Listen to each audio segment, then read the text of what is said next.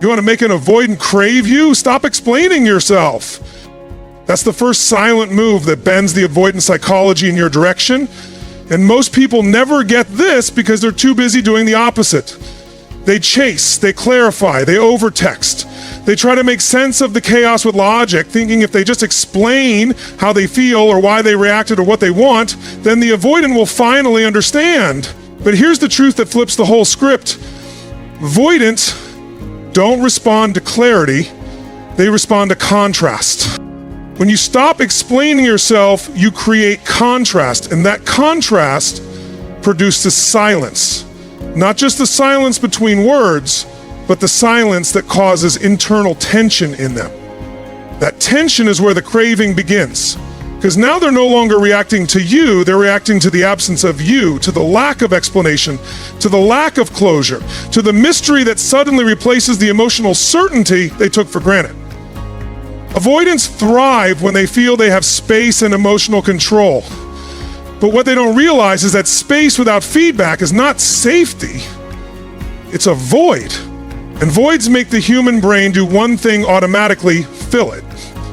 When you fall silent and stop explaining, their mind becomes the storyteller. And the human mind, especially the emotionally distant one, starts to obsess when it loses its grip on predictability. It doesn't like loose ends. It doesn't like questions unanswered. It doesn't like the silence you just created. And that silence becomes louder than your words ever were. There's a psychology term called object permanence. The idea that even if something disappears from your immediate experience, it still exists. Now, in secure attachment, that's easy. But avoidance, they operate like emotional toddlers sometimes. If you're not in front of them, if you're not validating or chasing, you might as well not exist. Until you pull back and stop explaining, then you become a puzzle they can't solve. You become a pattern they can't predict. And the avoidant begins to question, why did she go quiet? What did I miss? Why isn't she defending herself? Did I push too far? What used to be emotional noise becomes a void that echoes with their own thoughts. And here's the kicker. The avoidant doesn't miss your reassurance. They miss the control they had over your emotional state. They miss the ability to predict that you would show up and soothe them, even when they were the ones avoiding closeness. That control gave them comfort. But when you stop explaining yourself, you rob them of that control, and suddenly they're no longer avoidant.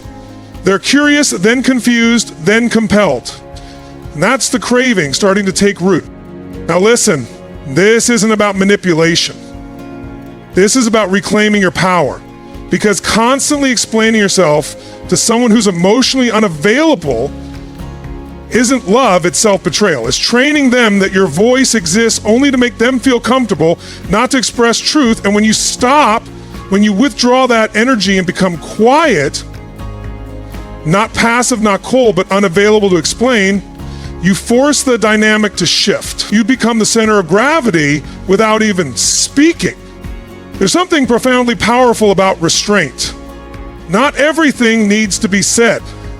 Not every emotion needs to be processed out loud.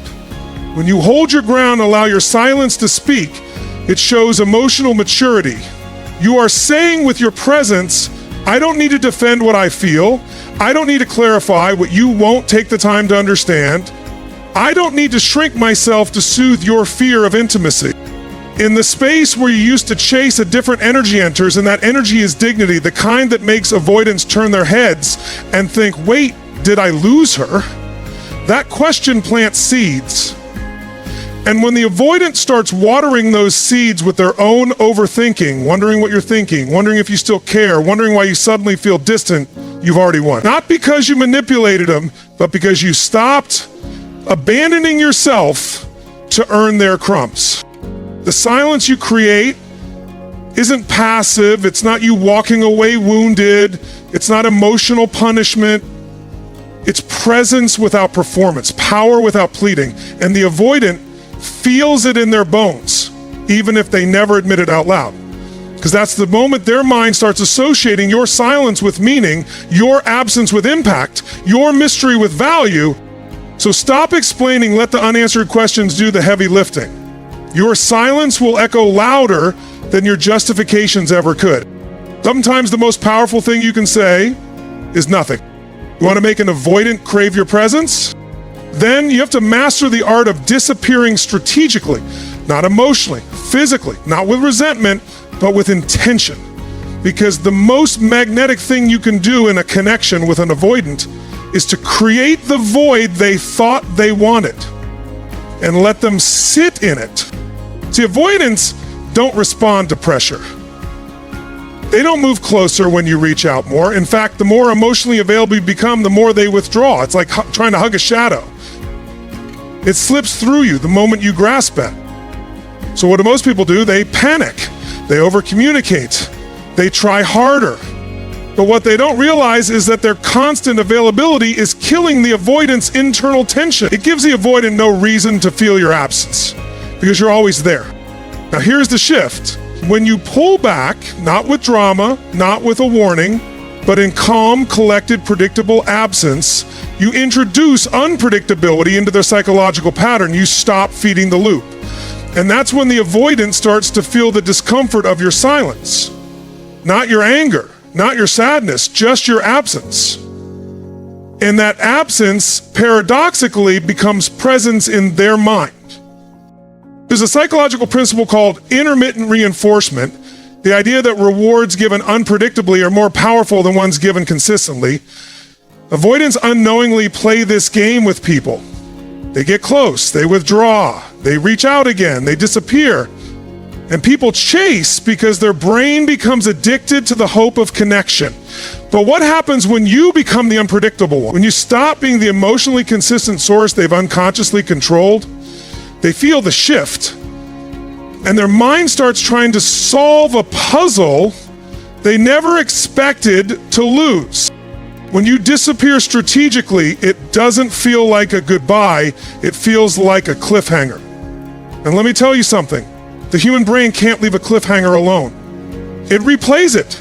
It imagines different endings, it builds narratives around the unknown. That's what your absence becomes, a space where their ego once sat comfortably and now it's empty, and emptiness demands explanation.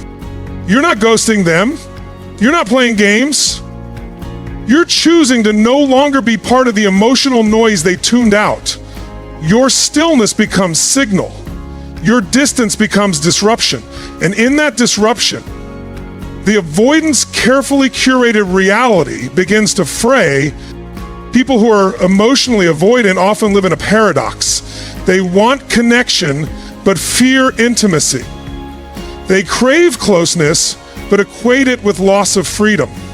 So when you remove yourself from their orbit, but you don't make a scene, you don't beg, and you don't chase, you confront them with their deepest conflict. Why do I feel or more now that she's not here? Why do I miss the energy I used to complain about? Why is silence louder than her presence? Because strategic disappearance makes the emotional impact louder. It reframes the entire dynamic without needing a word. You're not trying to teach them a lesson. You're not punishing them. You're reclaiming your energetic weight in their world. You're taking back what you've been giving away freely, access, and that's the shift that flips the craving switch. Avoidants are not drawn to effort, they're drawn to energy they can't fully access. And when you disappear with poise, you create the energetic distance that pulls at their subconscious. Not the conscious mind, the subconscious, the part that replays your name at 2 a.m., the part that wonders where you went, even if they never said they needed you. But here's where most people mess it up. They disappear emotionally before they disappear physically. They go silent, but their energy is still entangled. They obsess, they overthink, they post cryptic stories. There's not a clean break. Strategic disappearance requires inner detachment. It's calm, it's intentional, it's peaceful power. You're not waiting for them to notice. You're moving on with or without their attention. That's when they feel it. This isn't about being cold, it's about being clear. You're not doing it to provoke. You're doing it because you finally understand your value. And your value isn't proven by how loud you scream or how often you show up. Sometimes it's proven by how confidently you walk away, even if no one clapped. So you want to make an avoidant crave your attention? Don't yell, don't beg, don't explain. Disappear with dignity and let the silence haunt their patterns. Emotional detachment isn't about being cold. It's not about shutting down. It's about creating space between your emotions and your reactions. A space that commands respect, not attention. And when you're dealing with an avoidant, this space becomes everything. You see, avoidants are hypersensitive to emotional intensity. Not because they don't feel, but because they've learned to suppress. Somewhere along their journey, they developed the belief that emotional closeness is dangerous, that vulnerability means loss of autonomy, that connection equals obligation. So when you come at them with high emotion, when you plead, cry, or explain, or overinvest, they don't interpret that as love. They interpret it as pressure. And pressure, to them, feels like suffocation. But when you become emotionally detached, not in a passive-aggressive way, not in a wounded, bitter silence, but in a calm, grounded, non-reactive presence, something shifts. You're no longer a threat to their nervous system. You're no longer triggering their inner flight response. You're no longer feeding the cycle of chase and withdrawal. What you are is neutral. And in that neutrality, you become powerful. Because emotional detachment is magnetic. It's the energy of someone who doesn't need to be chosen to feel worthy. It's the presence of a person who is full with or without validation. And make no mistake, avoidants notice this. Not consciously at first, but they feel it. They feel the way your energy stops clinging. They feel the way you don't personalize their avoidance. They feel the way you stop trying to fix the connection or manage their discomfort. And suddenly, they lose control over the dynamic. And that loss of control triggers the very thing they've been resisting: curiosity. Emotional detachment creates curiosity in the avoidant mind. Now think about that. The moment you pull back your emotional need for connection, you flip the polarity. They're no longer the one managing space, you are. And now they're wondering why you don't react, why you seem unbothered, why their old behaviors don't get the same emotional payoff. It's disorienting, it's unsettling, and deep down, it starts to challenge their narrative about you and about themselves. Because for the avoidant, being emotionally detached themselves is often a shield. But when you become detached, not avoidant, not dismissive, but centered, you become a mirror they can't avoid. They begin to question why your energy is so stable, why your silence doesn't come with drama, why your boundaries feel like peace, not punishment. That's when the attraction begins. Because let's get something straight. Avoidants aren't turned off by connection. They're turned off by entanglement. When your emotions are fused to their behavior, they feel trapped. But when your emotions are sovereign, when you feel deeply but carry your feelings with ownership, they're drawn in by that self-mastery. That's the kind of emotional maturity they've rarely encountered, and it sticks in their psyche like a pebble in the shoe. They don't say it, they don't show it, but internally they're asking, why isn't she chasing? Why does she care? Did she stop feeling? Did I lose her? And the truth is, no. You didn't stop feeling. You just stopped reacting. You separated your self-worth from their inconsistency. You replace emotional performance with emotional presence. And that right there is the most seductive force you can ever wield in a dynamic with someone avoidant. Because now, you're not a character in their survival story. You're not another person trying to get inside their emotional walls. You're the one who doesn't need to be inside the walls to be powerful, that scares them and attracts them at the same time, where you become the emotional equalizer. No more highs and lows, no more explanations, no more proving, just peace. Just presence. Just quiet strength. And let's be honest, this isn't just about avoidance, this is about you. Emotional detachment is a practice in self-respect. It's a statement that says, I will not abandon myself to be understood by someone who refuses to meet me emotionally. And that kind of energy is rare. It's irresistible, not because it chases love, but because it radiates it inward first. So don't think that pulling back your emotional investment is weakness. Don't think it makes you distant or unkind. Emotional detachment isn't the absence of love, it's the elevation of love. It's the act of placing your peace above someone else's unpredictability. And when the avoidant feels that, they'll chase not because they're being manipulated, but because they're finally seeing what self-contained power looks like. Detach with grace, and you won't have to ask for respect. Your silence will demand it. If you want an avoidant to start craving your energy, stop feeding their need for emotional certainty. Stop giving them access to your internal world. Stop being so visible, so predictable, so easy to read. You don't have to become someone else, you just have to become less available. Not emotionally unavailable, but psychologically ungraspable. And that begins with mystery. Avoidants are not wired to chase chaos, they're wired to contain it. That's why they instinctively distance themselves when they feel overwhelmed. But what they can't handle, what absolutely disorients their emotional framework, is not knowing. When someone like you, who used to be an open book, suddenly turns the page and stops writing publicly, their mind fills in the blanks. And this is where your real power starts. You see, the avoidant is hypervigilant in emotional spaces, but they're rarely emotionally fluent. They observe, they withdraw, they analyze, but they don't connect in a linear way. So when you post your feelings all over social media, when you drop subtle hints in stories, when you make passive-aggressive statements hoping they'll get it, they don't. Not only do they not get it, they disengage from it. You become predictable. You become noise in the background they can safely ignore. And to an avoidant, emotional predictability equals safety and boredom. Now imagine instead that you stop posting, you stop sharing, you stop broadcasting what you're doing, who you're with, or what you're feeling. There's no story for them to tap through. There's no quote for them to analyze. Just silence, just mystery, just space. That space, that's where your psychological influence takes root.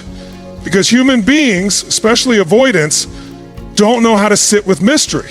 It creates mental tension, and tension demands resolution.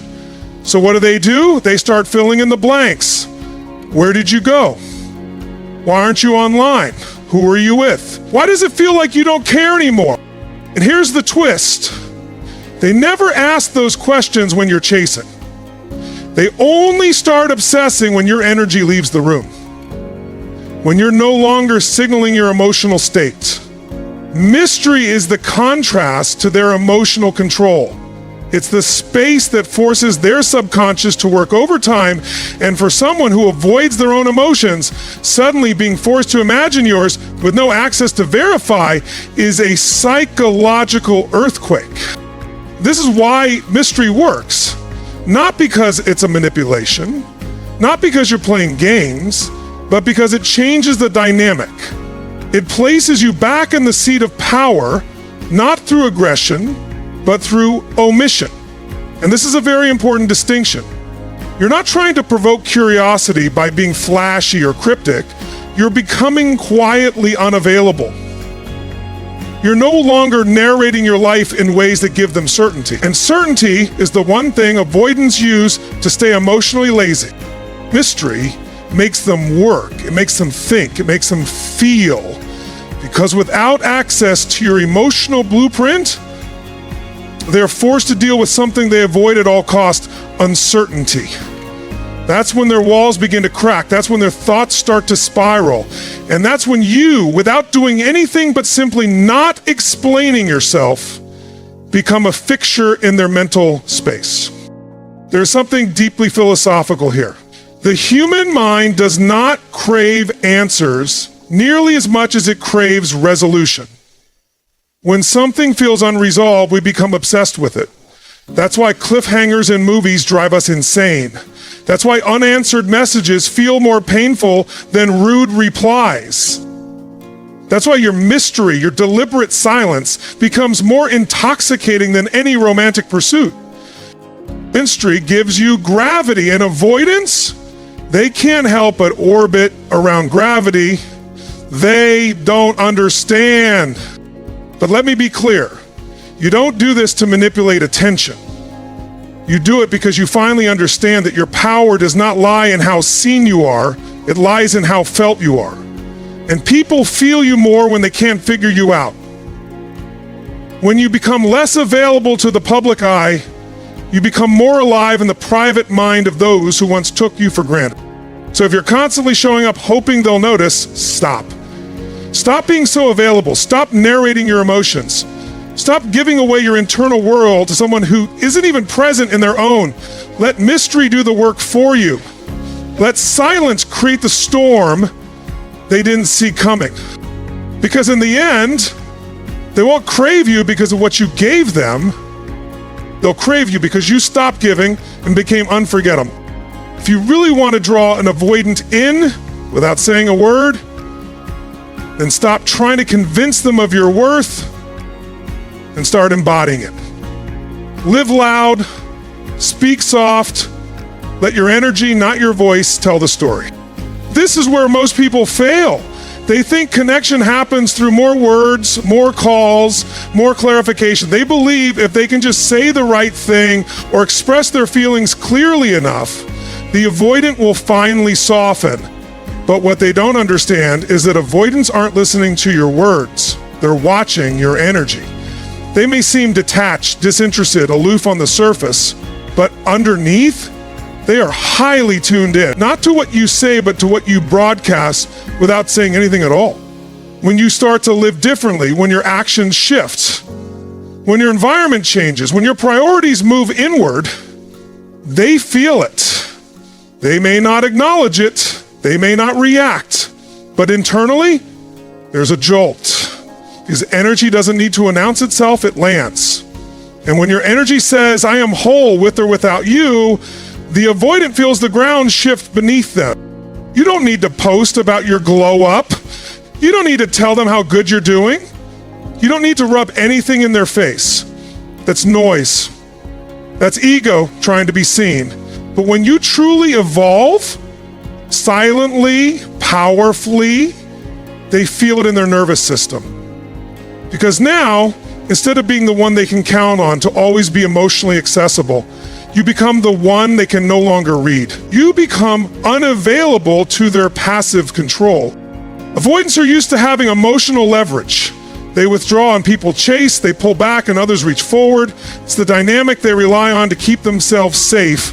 But when you grow in silence, when you stop reacting, stop seeking, and just level up quietly, you take that leverage away. And without leverage, their entire strategy collapses. What they once took for granted becomes a mystery. What they once controlled now feels uncertain. And uncertainty breeds intrigue. Think of it this way, a tree doesn't yell to prove it's growing. It just grows. Taller, stronger, deeper, quietly. And yet people still notice. That's what your transformation has to be. Not a performance, a presence. One that says, without words, I'm not waiting for you, I'm not orbiting you, I'm building something bigger than you. That kind of energy hits different. It's not loud, it's not needy, it's not a cry for attention, it's dignity in motion. Here's where the psychological depth really kicks in. Avoidants are repelled by emotional dependence, but they're intrigued by emotional elevation. They may never say it out loud, but the moment you stop being the person they can predict, the person whose emotions orbit theirs, is the moment you activate their subconscious attachment system. They're no longer in control. They're no longer the one deciding the tempo. Now you are setting the rhythm, and they don't know the steps anymore. That uncertainty. It's not rejection, it's power. It's the kind of power that whispers rather than shouts. You're not reaching out, you're rising up. You're not performing, you're progressing. And when that shift happens, They don't just think about you, they wonder about you. Who are you becoming? Why don't they feel your pull anymore? Who is filling the emotional space they used to occupy? It's not about showing them you've changed.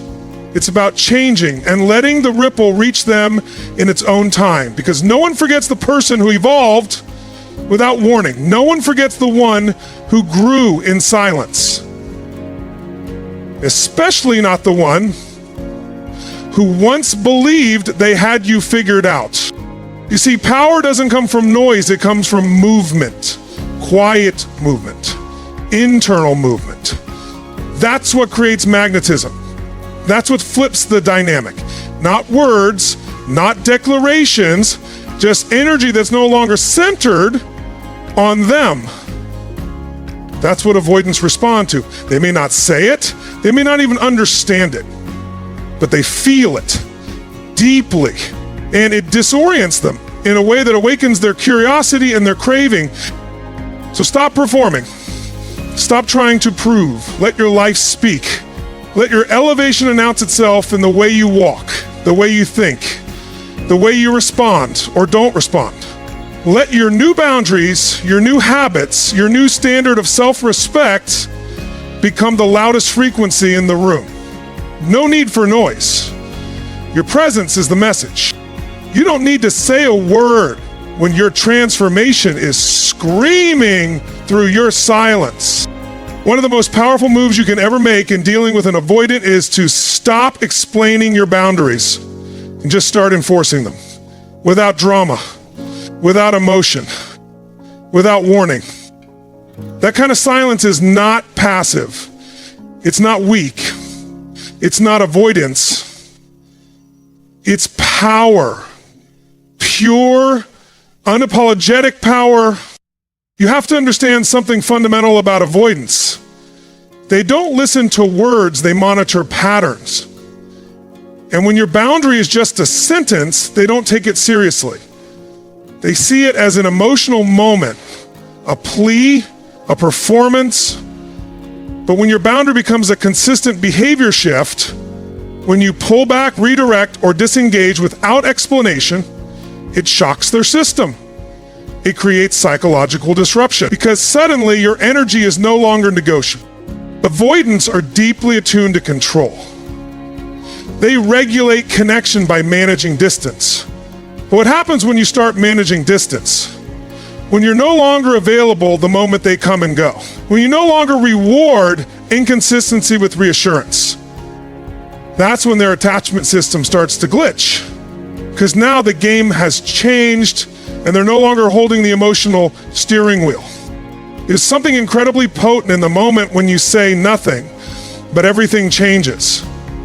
You didn't raise your voice, you didn't argue, you didn't threaten to leave, you just left the emotional negotiation table. You stopped making it your job to explain why something hurt. You stopped needing them to validate your emotional limits, and in doing so, you stopped giving them power over your peace. Think about how rare that is. Most people in these dynamics talk endlessly. They overexpress. They send long texts. They beg for understanding. They break down why they feel what they feel, hoping the avoidant will finally get it. But they won't. Not because they don't care, but because they've trained themselves to not absorb intensity. They shut it out. Emotional heat makes them retreat. And ironically, all your effort to explain your truth only pushes them further away. But when you start pulling back, not in anger, but in clarity, they feel it differently. It's not a cry for attention anymore. It's a removal of access that stings, that lingers, that creates a vacuum they don't know how to fill. You're not making a statement, you're becoming one. There's a certain kind of power that comes with refusing to teach people how to treat you. You just let them experience the consequences of how they already treat you. If they push too far, you go silent. If they cross a line, you don't react. You recalibrate. You remove access to your time, your emotional labor, your presence, And you don't explain it. Why? Because your peace isn't up for negotiation. It's not a group discussion. It's a standard. And it enforces itself. Avoidants feel this in their nervous system. Your silence isn't cold, it's different. It's not emotional shutdown, it's emotional mastery. They know the difference. And what shocks them the most isn't your boundary, it's your lack of explanation. Because now they can't talk you down. They can't use your need for connection against you. They can't gaslight what you never gave them a chance to spin. When you enforce without words, you introduce accountability without confrontation. And that forces introspection. For the first time, they have to deal with the discomfort you used to carry for them. You used to hold all the emotional weight, now they're holding the silence. And silence, real intentional silence, has gravity. It doesn't push, it pulls. It pulls awareness, guilt, curiosity, and sometimes even longing. But don't mistake this for a trick. You're not doing it to provoke a reaction. You're doing it because you finally decided that your self-respect doesn't require external validation, that your limits are non-negotiable, that the moment someone disregards your worth, you don't need to fight for it, you simply withdraw. This is emotional maturity at its finest, not reacting but redirecting, not pleading but pausing, not explaining but evolving. And let's be honest, this isn't just about avoidance. It's about everyone in your life. When you learn to set boundaries with silence, you reclaim your power across the board. Because words can be manipulated. But energy, patterns, actions, that's data. That's irrefutable. And that's what people remember when they sit with the consequences of losing your access. So stop explaining yourself. Start honoring yourself. Enforce your boundaries with calm conviction. Let your silence do what your words never could. Command respect. When your silence becomes your boundary, no one can cross it unless you open the door.